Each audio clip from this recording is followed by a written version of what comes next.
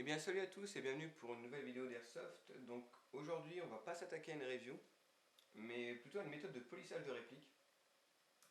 Méthode que j'ai apprise grâce à Chris Adams. Donc je mettrai le lien de sa chaîne dans la description ainsi que la vidéo, parce que disons qu'il n'utilise pas cette technique pour la même raison que moi. Le but de la manœuvre dans sa vidéo était simplement de appliquer un traitement RS à la réplique.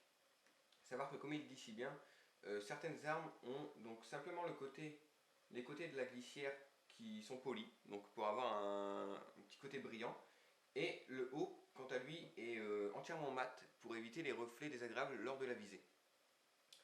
Donc pour lui, le but de la manœuvre, donc comme je le dis et je le répète, était de appliquer un traitement RS. Cependant, moi quand j'ai vu sa vidéo, j'ai trouvé à cette méthode une autre utilité, à savoir que j'ai toujours eu un problème avec les répliques chromées de chez WE, alors qui sont très belles, hein, je dis pas le contraire, mais je trouve le chromé de certaines de ces répliques trop mat. Le gris est trop clair, le gris du chrome est trop clair, ça n'a que très peu de reflets, hormis sur certaines de leurs répliques comme, alors je sais plus exactement le nom, je crois que c'est un Browning, mais ça fait un moment que je l'ai, qui a carrément ici un effet miroir, donc c'est avec énormément de reflets, on voit rien. C'est un chromé qui se rapproche beaucoup plus de celui du Dan Wesson 6 pouces que j'ai déjà présenté. Mais pour ce qui est du M9 et du Colt 1911 que j'ai déjà présenté également, le chromé est très mat. Alors le but de la manœuvre était ici de renforcer le côté bling bling en justement accentuant la brillance de la réplique. Donc j'ai appliqué cette méthode ici juste sur la glissière. Alors je préviens tout de suite, étant donné que je travaille dans un environnement très sombre, pas du tout adapté pour filmer malheureusement, j'ai dû rajouter une lumière artificielle au-dessus de mon appareil. Ce qui va forcément accentuer les reflets sur des parties même qui sont mates dans la réalité. Je pense notamment ici, où j'ai vu que sur l'appareil que ça brille énormément. Alors il faut savoir que toute la partie inférieure de cette réplique n'a pas été traitée et mate. Donc ne vous fiez pas trop à l'appareil. J'essaierai de vous faire une vidéo en extérieur, mais malheureusement actuellement c'est pas trop possible. Les conditions climatiques ne le permettent pas. Donc, et le son risque d'être dégueulasse à cause du vent beaucoup trop fort. Donc j'espère quand même qu'on va voir la différence entre la partie basse et la partie haute. Alors sur l'appareil ça pourra paraître assez minime, je peux vous assurer que quand vous l'avez à l'œil nu c'est beaucoup plus flagrant. Je suis vraiment très satisfait, j'étais pas sûr du résultat parce que lui il l'avait fait sur une réplique de couleur noire, et juste sur la glissière, et moi j'ai vraiment appliqué sur toute la glissière et sur la hauteur barrette pour donner un côté brillant. Alors c'était un test, et le test a vraiment été concluant. Je suis vraiment très satisfait, je vais finir par faire le reste de la réplique afin de vraiment d'avoir un chromé beaucoup plus proche de ce que j'attendais quand j'ai acheté la réplique. On va faire ça, je vais vous expliquer la méthode. Alors, à savoir qu'il explique également, donc je vous invite à regarder sa vidéo aussi, je mettrai là un lien tout de suite vers sa vidéo. Il a une méthode, je pense, une façon d'expliquer beaucoup plus bien meilleure que la mienne, je pense, parce que c'est quelqu'un qui s'y connaît bien plus que moi, dans tout ce qui est beaucoup plus bricolaire. Moi je ne fais qu'appliquer ce qu'il m'a dit, enfin ce qu'il explique dans sa vidéo. Donc voilà, je vous conseille de regarder également sa vidéo en plus de la mienne. Regardez la mienne quand même s'il vous plaît. Voilà. Donc le M9, la glissière étant déjà traitée, je ne vais pas faire la partie basse tout de suite. On va plutôt s'attaquer, hop, alors on va bouger ceci, à mon 1911, donc, qui a été une de mes premières reviews. Donc là, bien sûr, je suis quasiment certain que sur l'appareil, la culasse doit briller, mais tout autant que le M9. Je peux vous assurer qu'en vrai, c'est pas le cas. Je mettrai un lien, je ferai de l'autopub pour moi, vous voyez, un lien justement de la review de cette réplique. Je crois que Blaze39 en a fait une également. Et c'est un gris mat, gris trop clair je trouve, qui est loin du chromé que j'attends. Donc on va également appliquer ce traitement sur cette culasse, cette glissière. À savoir que, une fois de plus, je n'appliquerai pas le traitement RS, c'est-à-dire que je vais également appliquer cette méthode sur le dessus, qu'importe les reflets en airsoft, c'est pas bien important. C'est surtout pour les vraies armes à feu que ça importe. Donc cette méthode, alors pour cette méthode on utilise, enfin Chris Adams l'utilise et j'utilise un produit donc, qui à la base est fait pour les carrosseries de voitures, donc du Turtle Wax. À savoir que lui utilise la couleur noire et dans sa vidéo il précise qu'il existe plusieurs couleurs. Donc j'ai fait une petite recherche. Hein. Je pense que là, avant de poser des questions, essayez toujours de faire des recherches. Là ça m'a évité de le déranger pour rien. Et je me suis rendu compte qu'en fait il y avait également une version chromée. Et là ça a fait le titre, je me suis dit il faut que j'essaye. Alors je sais qu'il existe une version noire, selon lui il existe également la couleur bleue et rouge. Enfin selon lui c'est sûr, s'il le dit c'est que ça existe. Alors le noir, pourquoi pas, le bleu également, il dit que ça peut donner des bons effets, je suis plutôt d'accord. Il y a certains cache-flammes en acier avec des reflets bleus qui existent et je trouve ça, attention, hein, c'est pas un truc qui fait waouh, c'est pas un bleu qui va se voir énormément, c'est subtil, mais c'est vraiment plutôt joli je trouve. Donc là, moi j'ai pris forcément une version chromée. Et donc c'est écrit redonne de la brillance au chrome, à l'aluminium et à l'inox. Donc c'est tout bon pour nous. Donc pour cette méthode, d'abord vous procurez le produit. Alors c'est souvent on va trouver ça dans des magasins de pièces automobiles, des trucs comme ça, enfin ou sur Amazon. Moi ça a été sur Amazon que j'ai trouvé ça parce que malheureusement je ne peux pas me déplacer pour cause de soucis de santé. Donc je me suis procuré ça par internet, c'est pas cher, j'ai payé ça 8 euros. Bon c'est une petite boîte, c'est beaucoup plus petit que la boîte qu'il possède lui. Lui ça fait à peu près cette taille là. Moi c'est vraiment une toute petite boîte, mais pour l'utilisation de journée c'est suffisant, c'était simplement un test à la base. Donc pour appliquer le produit il va vous falloir des mouchoirs en papier. Donc là au niveau budgétaire pour l'instant ça devrait aller, on devrait s'en sortir.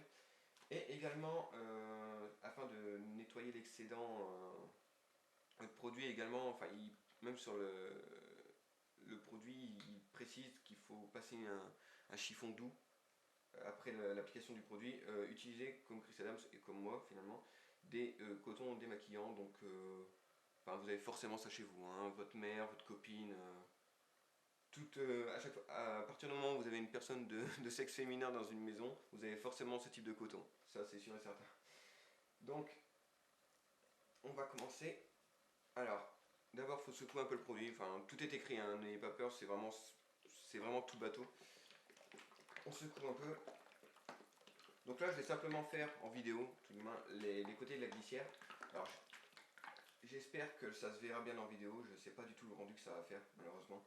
Mais je peux vous assurer que le résultat IRL est vraiment assez impressionnant.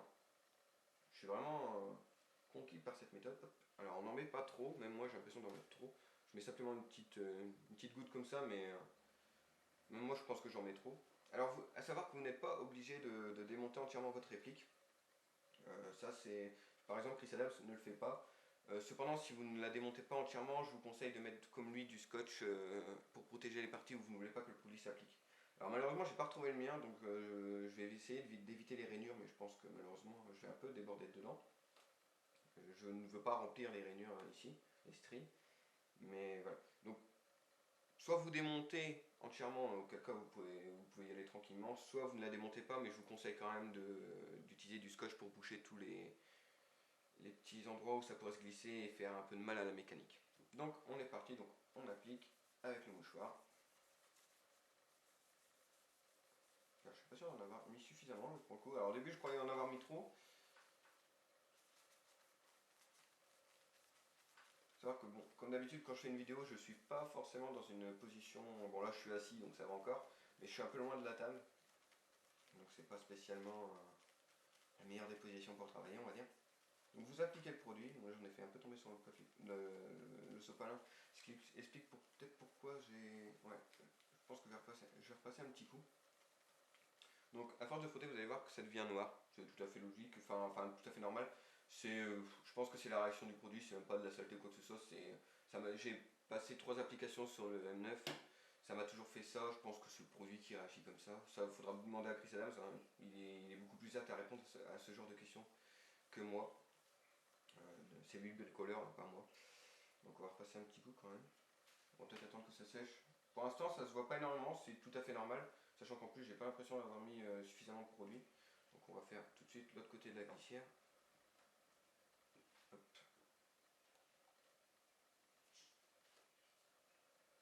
Alors ça, en tout cas par rapport aux autres méthodes de polissage que j'ai déjà pu voir sur le net, c'est la méthode la plus simple entre guillemets.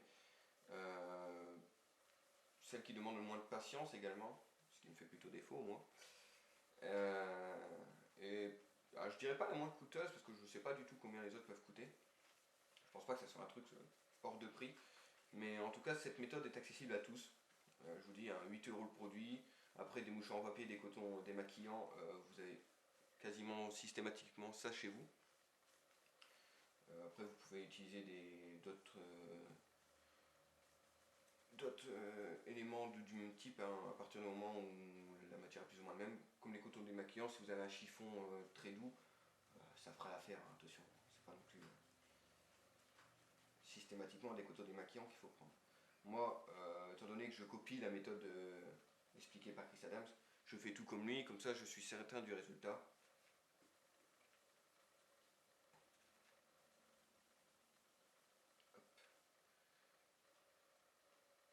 Je fais ça un peu en accéléré, je pense qu'en temps ordinaire j'aurais séché un peu plus longtemps. J'aurais laissé sécher un peu plus longtemps, pardon. Mais là, bon, j'ai pas envie que la vidéo dure forcément 3 heures. Je pense pas que si vous voulez, le chromé s'est vraiment révélé être beaucoup plus brillant à partir de la deuxième application. Il brille un peu plus à partir de la première, mais pour vraiment avoir... Après c'est selon moi, attention, hein, c'est une question d'avis. Mais selon moi, pour avoir un résultat vraiment convenable, il faut travailler en plusieurs applications. Ce que j'ai fait donc avec le M9. Mais après, tout dépend du niveau de brillant que vous souhaitez avoir sur votre réplique. Hop. On va repasser une deuxième couche ensuite.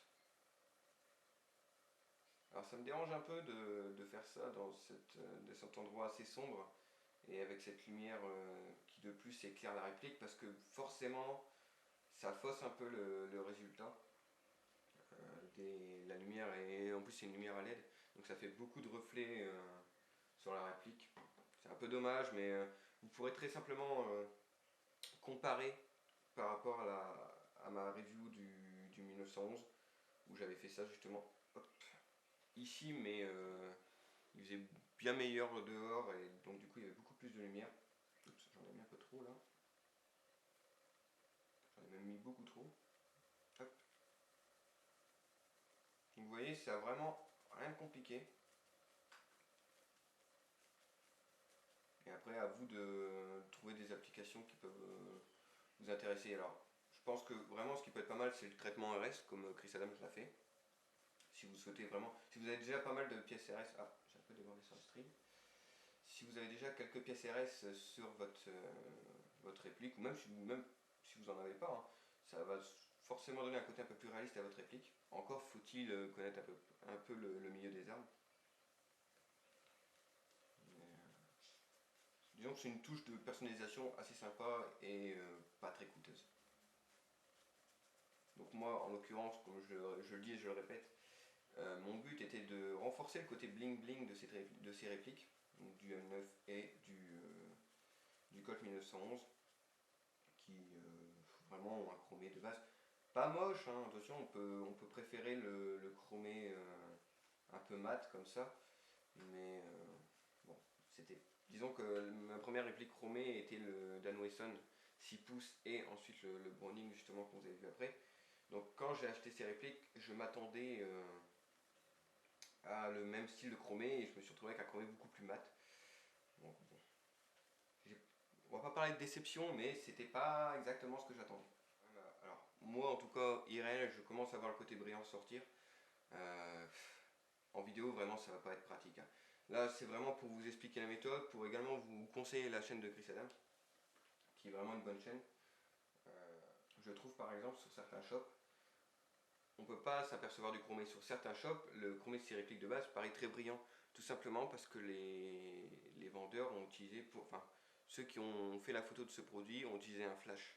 Et forcément, la lumière fait que la réplique reflète a énormément de reflets, ce qui n'est pas spécialement le cas avec la lumière du jour.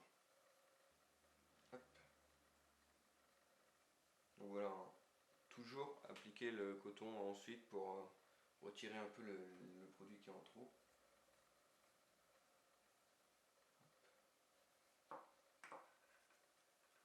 Alors, sur ce côté, je n'ai appliqué qu'une fois. Alors je vais essayer de remonter. Alors il faut savoir que les répliques WE, que ce soit la glissière ou la partie basse, ont exactement la même finition chromée.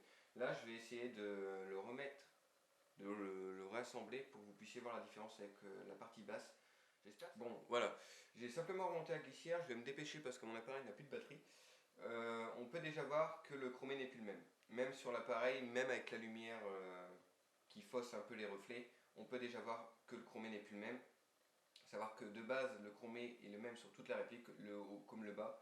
Et là, on voit déjà clairement que le chromé est plus foncé. J'espère que ça va vraiment bien rendre une fois sur YouTube, une fois passé le montage. Mais clairement, le chromé n'est plus le même. Une fois que la réplique sera entièrement traitée, pardon, je ferai une vidéo dessus pour vous montrer les changements qu'il y a eu sur cette réplique depuis sa review. Et vous pourrez comparer entre la première review et la nouvelle, et vous pourrez donc mieux constater les changements dus au traitement, du polissage. Donc voilà, c'est plus ou moins tout. Je vous redirige encore une fois sur la chaîne de Chris Adams qui fait vraiment du bon taf. Pas beaucoup de vidéos, mais au moins ces vidéos ont le mérite d'être travaillées, je trouve, et agréable à regarder. Donc voilà, donc c'était donc une petite vidéo comme ça pour vous montrer une méthode de polissage plutôt simple. Je sais pas trop comment ça va rendre une fois que ça sera sur PC, une fois que ça sera mis sur YouTube, mais je peux vous assurer que clairement ça change vos répliques, quoi. Clairement, ça donne un brillant non négligeable, et clairement l'objectif de rendre les répliques plus bling bling, ce qui a été mon objectif sur ces répliques là, est clairement réussi. Je pense me procurer du wax noir justement pour appliquer le traitement RS sur mes répliques noires, mais en tout cas merci Chris, même si je sais que tu as appris cette méthode via France Airsoft par une autre personne. Moi je l'ai appris par toi, donc c'est toi que je remercie. Clairement, je suis vraiment très content de connaître cette méthode. Donc voilà, donc après une ou deux applications, voilà le résultat qu'on obtient, sachant que je travaille généralement sur 3 applications. Donc on aura peut-être encore un chromé un peu plus brillant encore que ça, mais on voit clairement, même si à l'appareil vous pouvez avoir des mauvais reflets à cause de la lumière, comparez simplement la partie basse et la partie haute et vous voyez déjà que le chromé n'est pas le même. Donc voilà, j'espère que cette vidéo un peu différente des autres vous aura plu et à la prochaine, salut à tous.